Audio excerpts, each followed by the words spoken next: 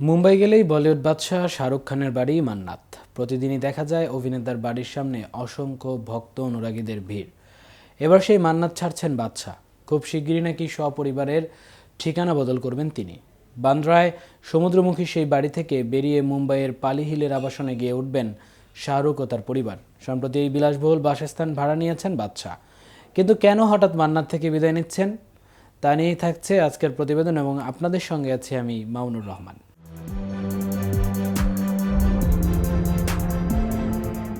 বলিউড বাদশাহ শাহরুখ খানের যারা ভক্ত, তাদের কাছে তার বাড়ি মান্নাত যেন এক তীর্থস্থান। জন্মদিন, সিনেমার মুক্তি, ঈদে মান্নাতের বারান্দায় শুধু ভক্তদের জন্য দেখা দেন কিং খান।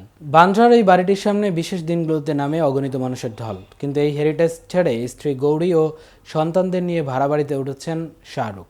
গত বছরের মাঝামাঝি হত্যার হুমকি পেয়েছিলেন কিং খান। তারপর থেকেই লাইমলাইটের অন্তরালে থাকতে শুরু করেছেন শাহরুখ। গত জন্মদিনেও মান্নাতের বারান্দায় তাকে দেখা যায়নি। নিরাপত্তার আশঙ্কা থেকেই কি তাহলে ঠিকানা বদলাতে চলেছেন বলিউড সুপারস্টার? আসলে বিষয়টা তা নয়। শাহরুখ ও গৌরী মিলে মনের মতো করে সাজিয়েছেন এই বাড়ি। বাড়ি নয়, বরং এটিকে প্রাসাদ বলাই ভালো। এবার স্বপ্নের বাড়ি মান্নাতকে আরও বাড়ানোর পরিকল্পনা করেছেন গৌরী খান। কিন্তু হেরিটেজ ভবনে হাতুড়ি চালাতে হলে প্রশাসনের অনুমতি আবশ্যক।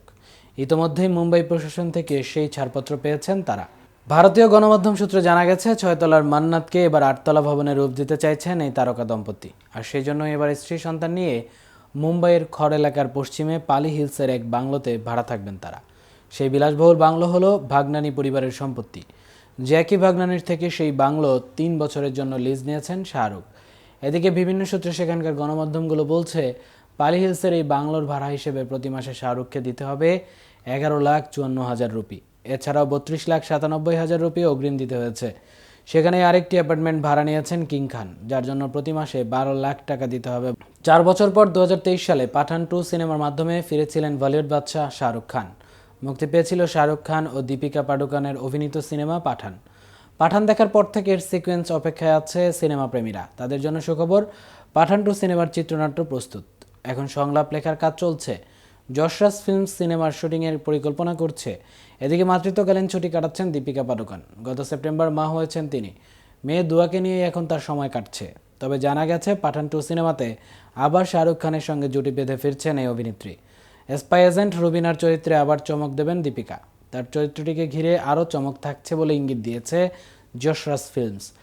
এই ছিল এখনকার মতো। পরবর্তী ভিডিও দেখার আমন্ত্রণ জানিয়ে এখানেই শেষ করছি। এতক্ষণ কেটিভির সাথে থাকার জন্য ধন্যবাদ।